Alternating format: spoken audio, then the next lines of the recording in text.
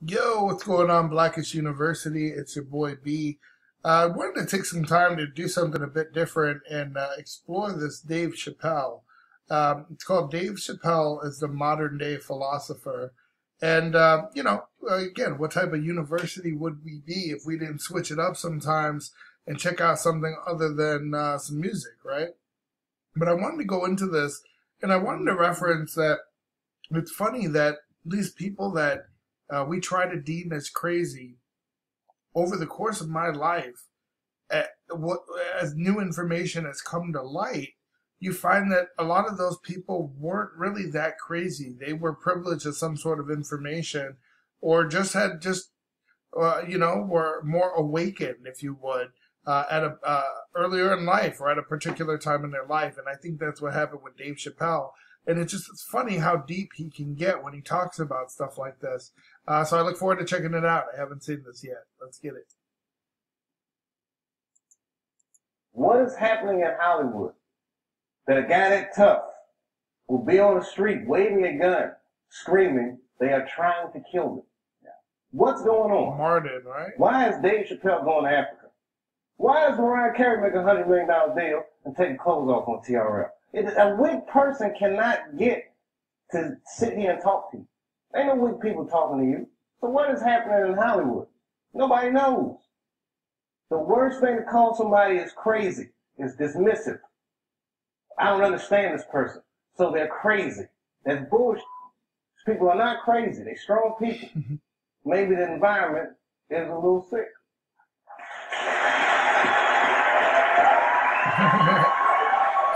I watched one of these nature shows one time, and they were talking about how a bushman finds water when it's scarce. And they do what's called a salt trap. I didn't know this. Apparently baboons love salt. Okay. So they put a lump of salt in a hole, and they wait for the baboon.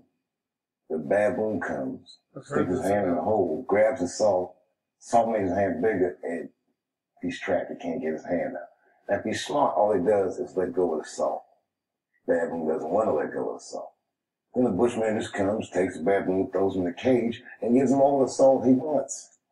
And then the baboon gets thirsty. The bushman lets him out of the cage. The first place the baboon runs to is water. Bushman follows him, and they both drink to their fill. And in that analogy, I felt like the baboon. But I was smart enough to let go of the salt. I got to tell you something. And I don't talk about it often. Have you ever worked all your life for something and have it not work out? That happened to me. I just want to take a second to bring out how deep that is. If you think about not being able to let something go when you're at the top, right? It's easy to make. It's easy for people. What is that? Corday, he says people acting woke, but they're broke, huh? Right? It's either J. Cole that 1985, right? It's funny to do all those things. It's cool to do all those things when you're broke and you're nobody. But when you're risking everything, Dave Chappelle was at the top of his game, supposedly walking away from $50 million, right? And you have to ask yourself why. What's going on in Hollywood that these people are legit going crazy at times? Is it that they're just being privileged, and when they deal with controversy, they're like, oh my God? I don't know. I don't think so, right? You wouldn't think that with someone like Dave Chappelle, but let's get back to it. And in that analogy, I felt like the baboon. But I was smart enough to let go of the salt. I got to tell you something. And I don't talk about it often. Have you ever worked all your life for something and have it not work out? That happened to me. It was tough. Think about it. I was gone for 12 years. It's not a little bit of time. It was hell. I watched other niggas that I knew become very famous. I watched the world go on without me. I mourned the loss of it. And after a while, I didn't care. Coming back was terrifying. I understand what I am. I really do. More than anybody. Like when they write about me in history, I'll be dead reading it like, yeah, I know they'd say that. I swear to God, this might be the noblest of professions. Robin Williams had a bar that I loved. He said, comedy is the only job you can have where you can use everything you know. And that's true. You can use more than you know. You use what you think. Use it. Don't be afraid. Don't let these bitch-ass niggas button your lip. Say it anyway. You can't get unfamous. You can get infamous. But you can't get unfamous. Right. Mom. You have no idea what I put this woman through. If you had just given birth to me, that would have been more than enough. But the fact that she raised me and raised me well, we had a real oral tradition in our house. I knew the word griot when I was a little boy. A griot was a person in Africa who was charged with keeping the stories of the village. Everyone would tell a griot the stories, and they would remember them all so that they could tell future generations. When they got old, they'd tell them to someone else. And they say in Africa, when a griot dies, it's like a library was burnt down. And my mother used to tell me, before I ever thought about doing comedy, she said, you should be a griot. And she'd fill me with every story of black life. You know, she's educated in African American studies, and she would let me understand the context I was being raised in. That I'm being raised in a hostile environment that I have to tame. By the time I was 14 years old, I was in nightclubs, mastering an adult world. It was terrifying. Crack epidemic was going on, and my mother would hear gunshots outside and be scared to death. Maybe it's my son. But early in my career, if you remember, Mom, you used to sit in the club with me. You do a full day of work, you'd be back there falling asleep, just waiting for me to go on. She would watch my show every night. Do you know how long that car ride is home?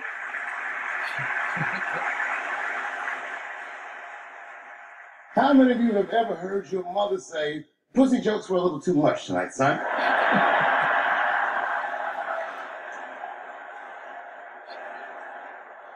I was a soft kid. I was sensitive, I'd cry easy, and I would be scared to fist fight. And my mother used to tell me this thing, I don't know if you remember, but you said this to me more than once. You said, son, sometimes you have to be a lion so you can be the lamb you really are. I think that America needs an honest discourse with itself. It's like the greatest country in the world by default. You know what I mean? We could actually be the greatest country that ever existed if we were just honest about who we are and what we are and where we want to go. And if we learn how to have that discourse. Things like racism are institutionalized. It's systemic. You might not know any bigots. You feel like, well, I don't hate black people, so I'm not a racist. But you benefit from racism. Just by the color of your skin, there's opportunities that you have. You're privileged in ways that you may not even realize because you haven't been deprived of such a way. We need to talk about these things in order for them to change. I do the show.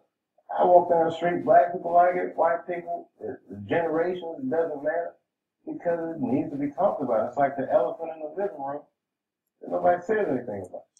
You know, that this could be an argument for critical race theory, right?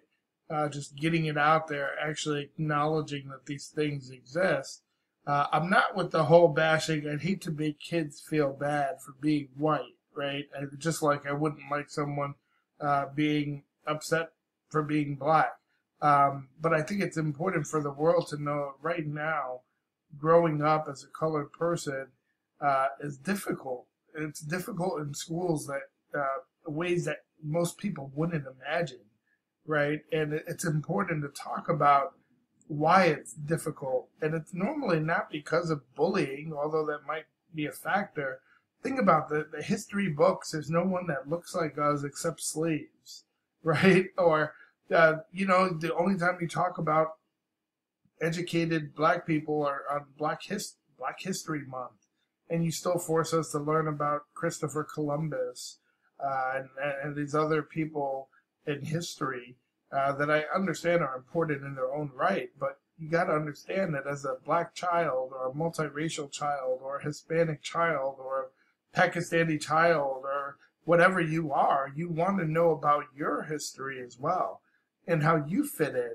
And I think that that's just very wise of him to say that. That's what we're missing. If we were honest about the direction the country wanted to go, I think most people would be on board with a common sense direction. But we just can't seem to do that. It's like our government doesn't tell us exactly what's going on. We keep voting in people of power because of their last name. It's actually a very confusing world that we live in. If you're a person that's a independent, kind of free-thinking individual, let's run that back a few. We realize because he hasn't been deprived of such. And that I just wanted to touch on that as well. I'm not one to cry racism or discrimination, but I do think that it's important to understand that as not just a white person, but an we need to talk.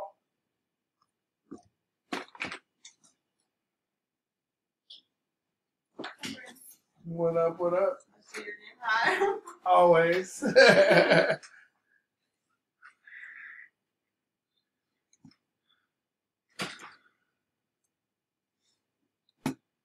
want to bring that back a few seconds here. All right. Systemic. You might not know any bigots. You feel like, well, I don't hate black people, so I'm not a racist. But you benefit from racism. Just by marrying the color of your skin, there's opportunities that you have. You're privileged in ways that you may not even realize because you haven't been deprived of such way. We need to talk about these things in order for them to change. I do the show. I walk down the street, black people like it, white people, the generations, it doesn't matter because it needs to be talked about. It's like the elephant in the living room and nobody says anything about it. So when the Bixby thing came out, there was a lady from Texas that called Comedy Central, damn near 100 times. She was furious with me. I wasn't mad at her for being mad at me. It's like, okay, that's good, Not good that she's mad at me, but she's entitled to her opinion. And maybe she's right. I don't know. I thought it was funny. That's what I did.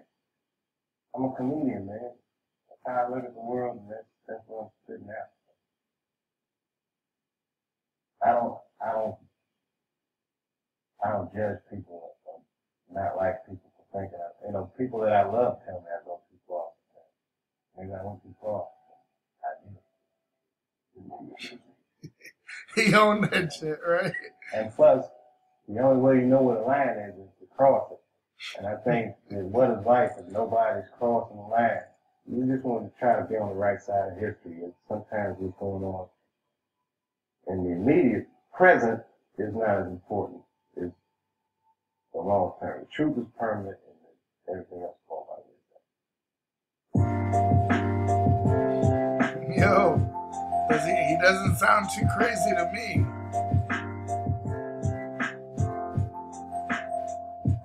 I did want to say one thing today just made me think about. For all the things that I've done, I'm most renowned for what I didn't do. I've made decisions in my career that a lot of people have called insane.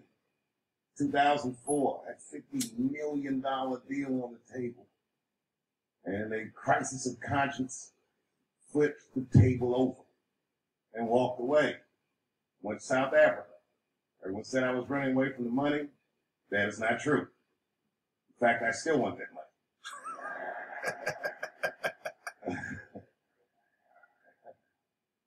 The idea that I wanted to just share with you guys is the idea that sometimes you do what you think is best. Whether anybody understands it or not. Yeah, it's your choice. I heard a story about my father when someone told me he used to do statistics for a company in D.C. The company he did statistics for started doing business with the South African government. So he quit his job.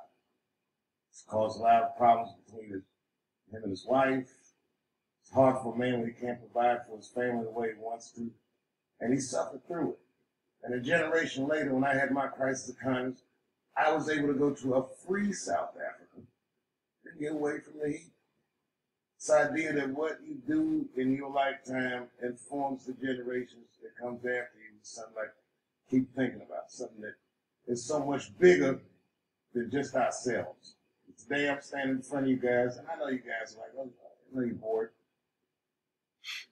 But I see family of mine in the front row that some who I've never met, and I just realize how all of us are connected.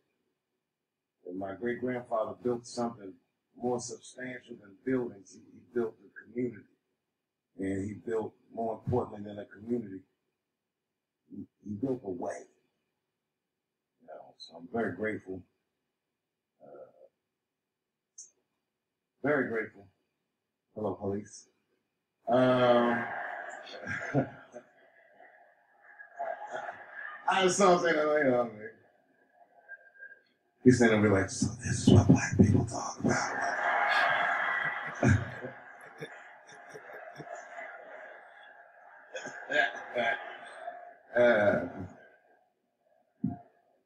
I just want you guys to remember, you know, that right now there's this thing where ethics aren't what they used to be. This idea that people are trying to replace the ideas of good and bad with better or worse. Wow. And that is incorrect. You gotta keep your ethics intact because good and bad is a compass. It helps you find a way. And a person that only does what's better or worse is the easiest type of person to control. They are a mouse in a maze that just finds the cheats.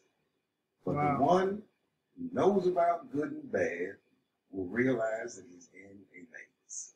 So, that being said, I just hope that all of you guys transcend whatever you see as your obstacles, and that you live outstanding lives, and that you stay connected to your communities because you have so much power there, and that you grow your communities and you diversify your communities, and that you don't let anybody tell you you can't or to be afraid. It's okay to be afraid because you can't be brave or courageous without fear. The idea of being courageous is that even though you're scared, you just do the right thing anyway. So in 2004, I walked away from $50 million, and in November, I made a deal for $60 million. So, that's what's up.